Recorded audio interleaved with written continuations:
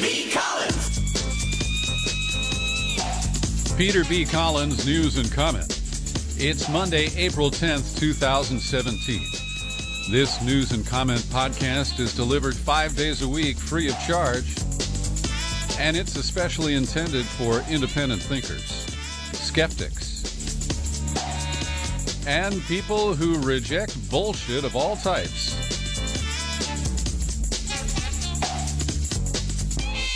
Since last Thursday night's U.S. airstrike on an airbase in Syria, the groupthink has been spectacular, and the management of groupthink orthodoxy has been nearly perfect. And we have very few people who have the courage to express skepticism at a critical moment, and very few people who are demanding an investigation into who actually may have used a chemical weapon or a nerve agent in the town of Khan Shaykhun last Tuesday. Dennis Kucinich, the former member of Congress from Ohio, he ran for president in 2004-2008. He's issued a statement urging people not to rush to judgment. And I fully agree with that. And Tulsi Gabbard is the only other Democrat that I'm aware of who has raised issues and expressed her skepticism about fingering Syria for this without an investigation and without direct evidence.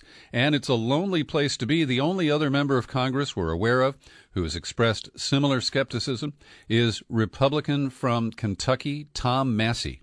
And here, the enforcer-in-chief of Washington groupthink, Wolf Blitzer, the former mouthpiece for AIPAC, interviewed Congresswoman Tulsi Gabbard from Hawaii on Friday. Let's talk about this chemical attack. You tweeted about the attack, and I'll put it up on the screen. You tweeted this: whoever is found responsible, be it the Syrian government, Al-Qaeda, or ISIS, all have access to chemical weapons, must be held accountable. Who do you believe is responsible for that chemical attack that killed so many civilians, including so many children?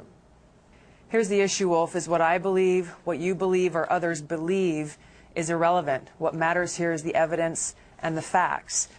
If President Assad is found to be responsible after an independent investigation for these horrific chemical weapons attacks, I'll be the first one to denounce him, to call him a war criminal, and to call for his prosecution, the International Criminal Court. Make sure that those consequences are there. But the key is now, with President Trump's reckless military strikes last night, it flew directly in the face of the action that the UN was working on at that time to launch an independent investigation, to find out exactly what the facts are, who was involved and who was responsible, so that the appropriate consequences could be levied. Now, how reckless and irresponsible is it for a woman who served in the military in Iraq and who now represents people from Hawaii in Congress to demand facts, to ask for an investigation, to say, Wolf, what we believe doesn't matter? Well, you should see the people who are coming down on Tulsi Gabbard. And I would expect apologists for Trump and anybody connected to his alt-right machine might be the likely suspects. But how about former Democratic chairman and presidential candidate Howard Dean? And what about President Neera Tanden from the Center for American Progress, who was exposed as a neocon when John Podesta's emails were released to the public last year? Well, Tanden sent out a tweet on Friday. People of Hawaii's 2nd District, was it not enough for you that your rep met with a murderous dictator? Will this move you? And then she links to the CNN interview, a portion of which you just heard. And Howard Dean piled on, retweeting Tanden's piece and saying, engaging in, let me get his first tweet here. This is a disgrace. Gabbard should not be in Congress. Really? Because she asked for an investigation? Because she said what people believe, whether it's Howard Dean or Donald Trump or anybody else, is secondary to real evidence and facts? Now, this is really a shameful kind of demagoguery. And it's coming from the Democrats. Now, this does not advance their political interests in agreeing with Trump, in supporting and enabling this reckless and impulsive act on his part. There was a second tweet from Dean in response to a person named Carl Neidberg, who said, "Please explain, Dean, why Hillary Clinton's mistakes were not disqualifying, but engaging in dialogue is disqualifying for Tulsi Gabbard from Congress." And Dean responded, "Engaging in dialogue isn't the problem. It's claiming there is doubt Assad uses chemical warfare. She sounds like Trump making excuses." Now, here I want to take a moment and parse this, because it's fair to say that the Syrian military, in its gruesome and barbaric and crude barrel bombs, has used chlorine in, again, a crude way, and it has a limited impact. It certainly is a chemical weapon in that context. But it is not a nerve agent, like sarin or other advanced chemical weapons. And here's where we lose perspective. Because it's easy to say, oh, Assad did not give up all his chemical weapons. He's been using them repeatedly. That's a reference to chlorine. Then, of course, the standard use of precedent related to the Ghouta incident in 2014, where critics have shown that it was not likely the Syrian government responsible for that attack.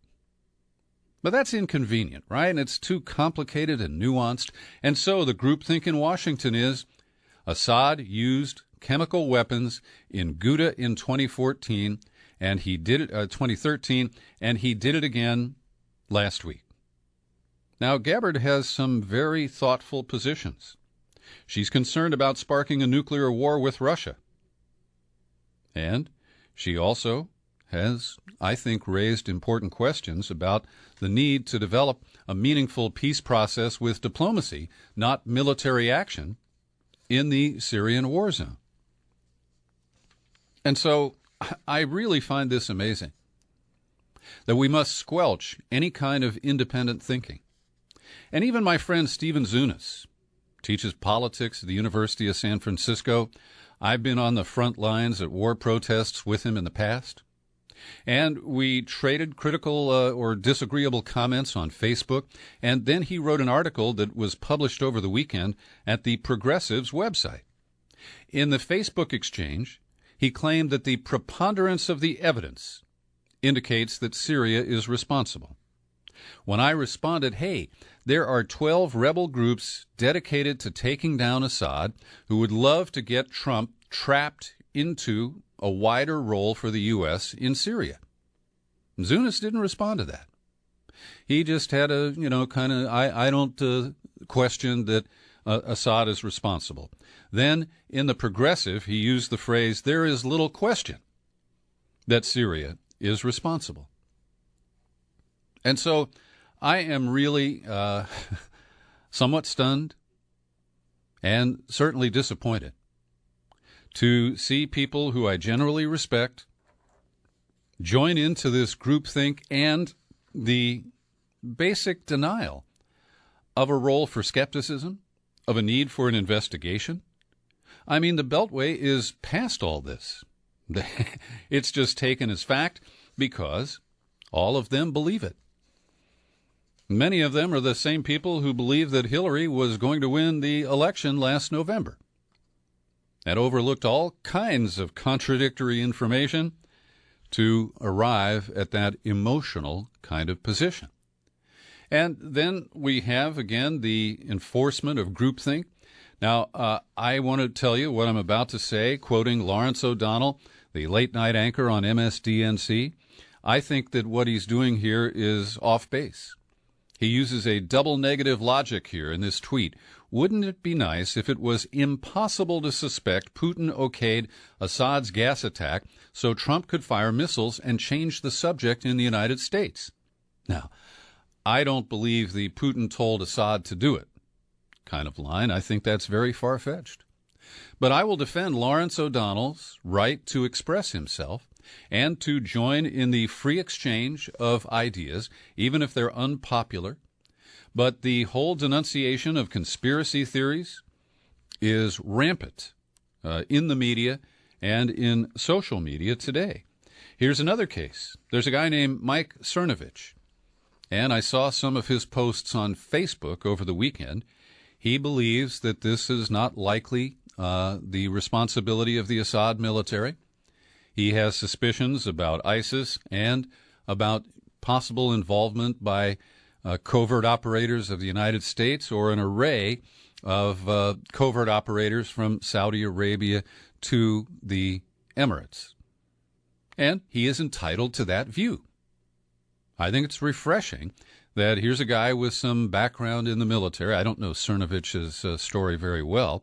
But again, I defend his right to express these contrary views and to help other people by provoking them to challenge the corporate media meme and the way it is embraced by virtually all of our political leaders. And so, am I saying that Mike Cernovich has the story down pat? No.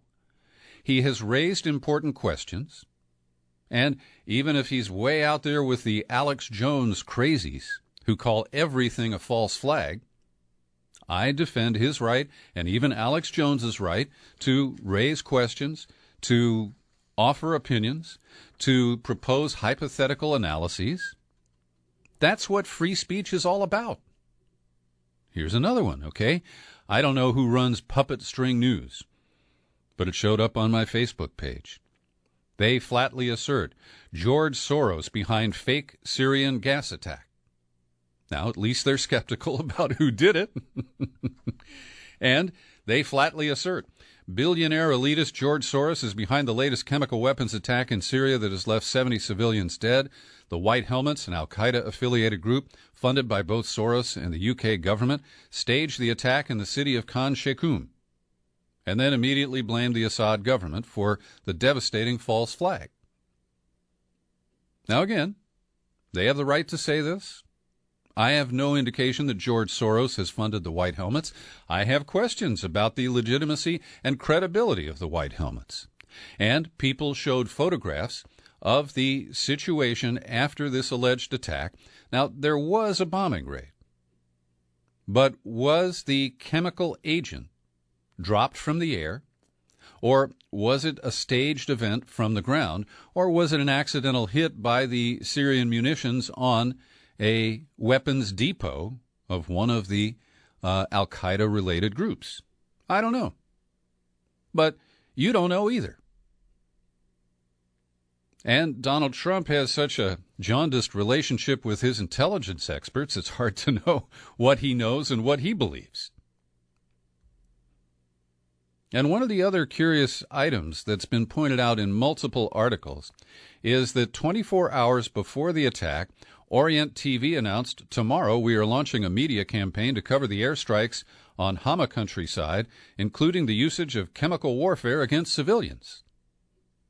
Now that reminds some of us of the infamous BBC report about Building 7 at the World Trade Center falling to the ground some 25 minutes before it actually happened on 9/11/01.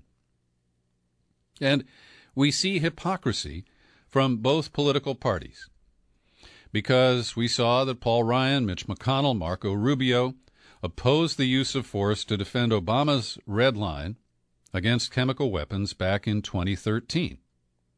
And some Democrats who cheered Obama's decision to back away from that red line have rewritten history, and they claim that, he went to Congress, but Congress wouldn't authorize it. That was a feint on his part, and I'm pretty convinced of that. I have a strong view of Obama on that issue. But we have people like Chuck Schumer and Nancy Pelosi, Ben Cardin of Maryland, who are all flipping now because they are opposed to Trump's effort because he didn't seek congressional approval. They're all quick to say that they, believe the groupthink. They wouldn't challenge that. But they are speaking up about war powers issues. There's interesting speculation about which advisors Donald Trump turned to as he made this decision to launch a unilateral attack, an illegal one on both domestic legal and international legal levels. And there's this photo, kind of like the one that circulated after they took out Osama bin Laden, or they told us that they did. And we see a number of interesting people there. So, for example, why is the Secretary of the Treasury, Stephen Mnuchin, in the Situation Room as they contemplate launching this assault? Why is Wilbur Ross the Commerce Secretary? Well, the easy explanation is that they were in Florida for the meeting with the Chinese leader and his coterie. But why does Trump call in people like that on a national security issue? And while we don't know who was on the video screen in the room, questions have been raised about where were the intelligence people? Where was CIA Director Mike Pompeo? Where was the new Director of National Intelligence, Dan Coates of Indiana? Well, we don't know. And I'd like to know. I think that's an interesting detail. President Xi Jinping of China made nice at that dinner table conversation on Thursday when Trump pulled him aside and said, hey, I just launched 59 cruise missiles, most of which missed their targets, at an air base in Syria. And Xi was very diplomatic, but after he left U.S. airspace, his mouthpiece in Beijing, the state news agency, called the strike the act of a weakened politician who needed to flex his muscles. The Xinhua news service also said Trump had ordered the strike to distance himself from Syria's backers in Moscow to overcome accusations that he was pro-Russian. And they remained silent about the discussion between the two presidents about North Korea. But they did take this general swipe at the United States. It has been a typical tactic of the U.S. to send a strong political message by attacking other countries using advanced warplanes and cruise missiles. And the whole world is aware that hours after the assault on the Shayrat Air Base, Syrian and perhaps Russian fighters were taking off on the runway that we didn't destroy, from hangars that we didn't destroy, using munitions that we didn't destroy to drop bombs in various areas, including Aleppo, Idlib, and Daraa. And it raises some interesting questions, because one of the reasons that the groupthink is enforced is that experts tell us, look, you idiots, if you drop a bomb on a cache of sarin, it's not the same as dropping a chemical weapon from the sky. Doesn't detonate in the same way, doesn't have the same impact.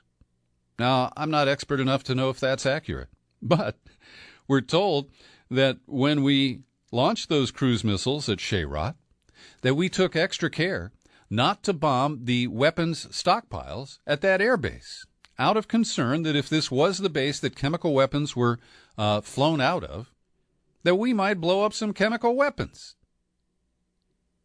And we're trying to protect soldiers at the air base or people nearby.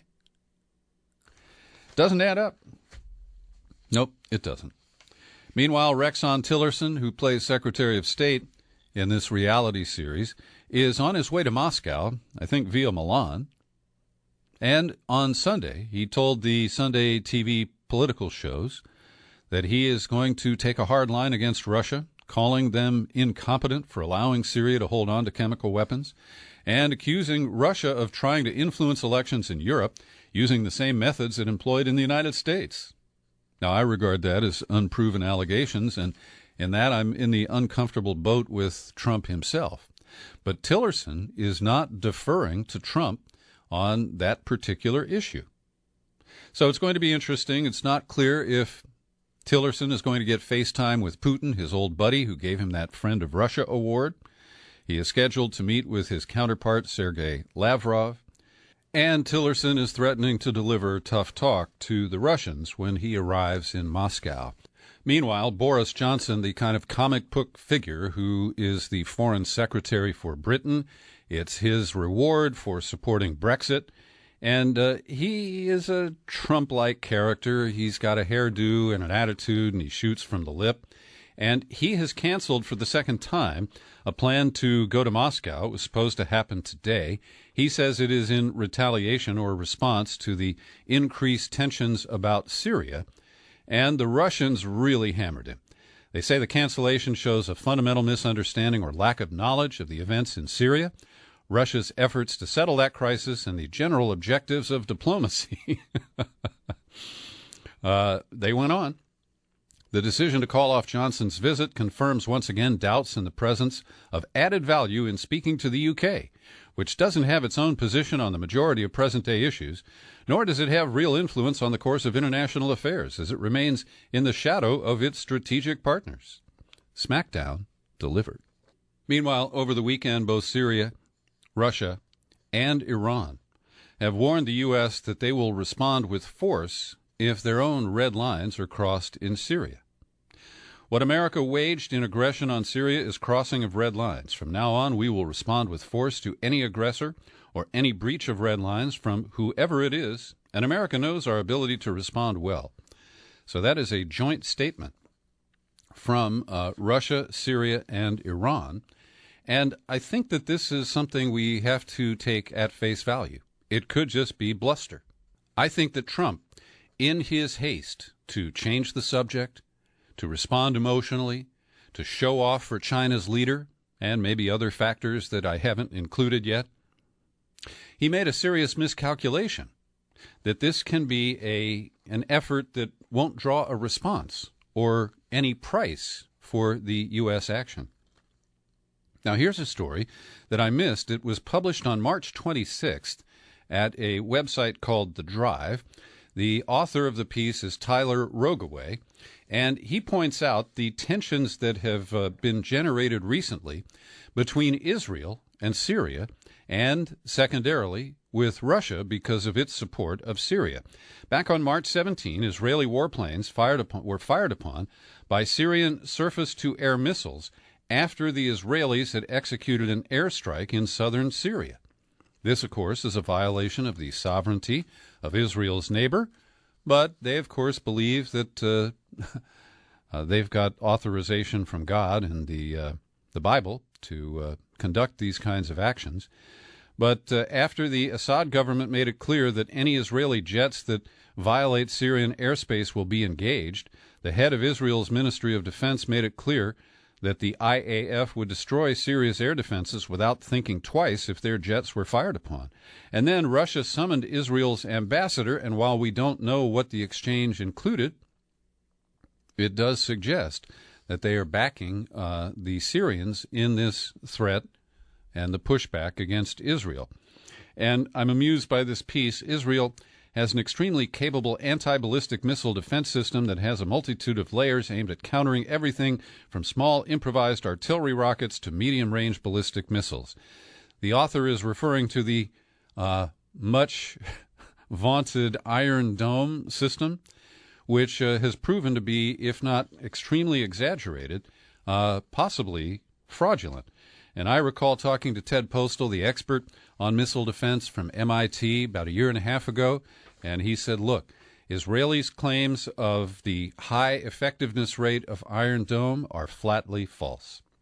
I got a news tip from Ray Lutz, a loyal listener and subscriber from San Diego, and he picked this up from the French news service called France 24. That's a TV channel. And the headline is from Madrid, Russian computer scientist arrested in Spain. And the wife of that computer scientist says that police told her that her husband is being held over a computer virus linked to Donald Trump's U.S. election victory.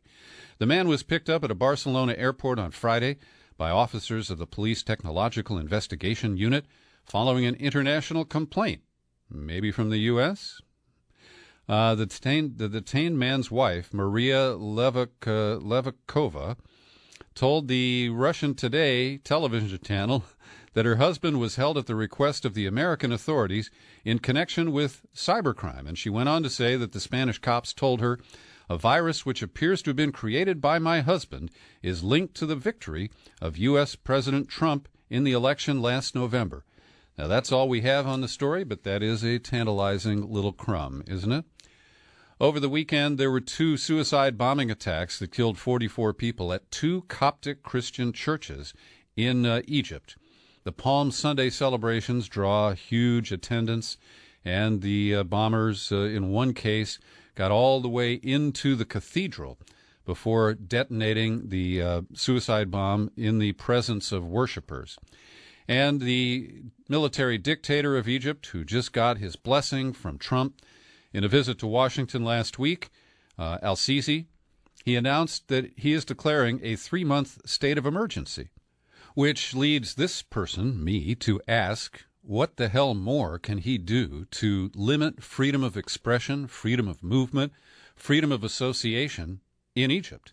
He's got thousands of people locked up. They've sentenced thousands of people to death in group court hearings.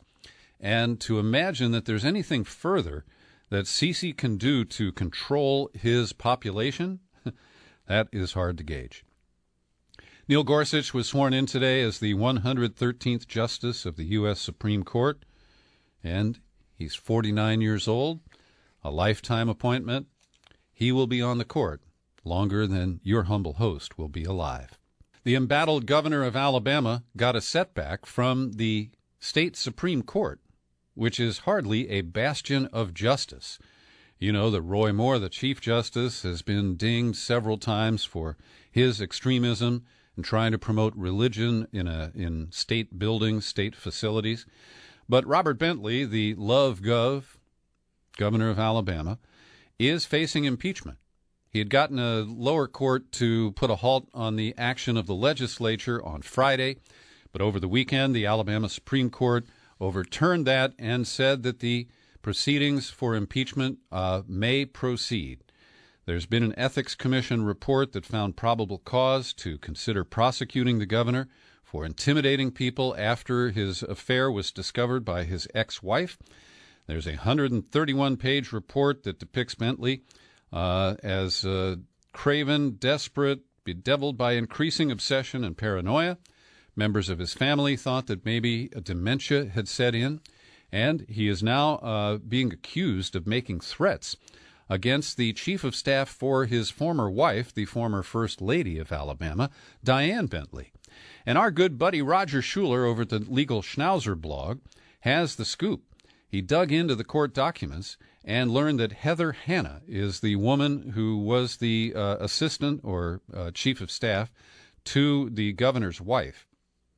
The wife asked Heather Hanna for help in setting up an audio recording of her husband. And in fact, they set up an iPhone that was in a purse with set it to record audio. And Bentley waited, according to this court document, less than a minute, 59 seconds after his wife of 50 years said, "Hey, honey, I'm going for a long walk on the beach." And he picked up the phone, and in less than a minute was connected with his alleged paramour, Rebecca Mason Caldwell. There's a lot more to come out of this story. Most Republicans in the state are calling on Bentley to resign, but he is defiant, so we'll see how far this goes. Speaking of defiant, on a flight from Chicago to Louisville on Sunday, passengers were repeatedly asked to give up their seats because the flight was overbooked. And when not enough people agreed and they weren't offered enough incentive to do so, the authorities running the flight got some goons and announced 4 people who'd been selected at random and said they had to leave the plane and give up their seats. And one man, described as a medical doctor who had to get back to Louisville to see some patients, not only refused, but after he refused, they brought in security guards who physically removed him from the plane. And there's video, of course, from passengers who posted it on Facebook. And United Airlines is in deep doo-doo over this. It's hardly the friendly skies that they used to advertise. And legally, they may be within their rights, according to the fine print on our tickets. If a flight is overbooked, they may deny ticketed passengers travel. Now, it's really stupid to let them get on the plane and then tell them they have to get off. I mean, that's just poor customer service. And it's another reason why we see the consolidation of the airlines gives us very little choice. If you want to fly from Chicago to Louisville, I'll bet you there's only one other puddle jumper airline you could take. And I love it when you get on a flight these days and the pilot says, "We know you have choices. Thanks for choosing United." We don't have any goddamn choice. And we know it. And British tourists coming to the United States appear to have no choice. New rules are going to demand that they open their phones, their computers, give up passwords to social media. It is a new extreme vetting policy for our friends and allies. Now, extreme vetting was supposed to apply to dangerous people from dangerous parts of the world. But to do this to British residents and citizens is only going to really telegraph the message that here at Fortress America, the drawbridge is up, and you are not welcome unless you swim the boat and survive the crocodilators and other, death-defying obstacles. And we're going to pay for this. Tourism is going to decline. And many states, so I can think of one called California, depend heavily on tourist dollars. And that's going to be a huge loss with absolutely no offsetting gain. And finally, today I broke down and watched the season finale of Homeland last night. In our household, Kathy, my partner, likes to watch shows like that, and she's always saying, "Come on, Peter, watch it. It's got all the subjects that you care about." And so I sat down and watched it. It's a well-written, well-produced, well-acted show. It's got a lot of dramatic elements that suck you in with, a kind of suspense and drama. It was the season ender with a cliffhanger and a surprise ending. But despite all that, I hate Homeland. And the reason it was explained by Mandy Patinkin when he appeared on Stephen Colbert's show on Friday night on CBS. He said, Homeland, it instills anxiety. And he was promoting that as a good thing, your daily minimum adult dose of anxiety. But I would take it a step further. I think that shows like this inject fear into its viewers. It promotes police state responses to these fearful and anxiety-producing scenes that they produce every week.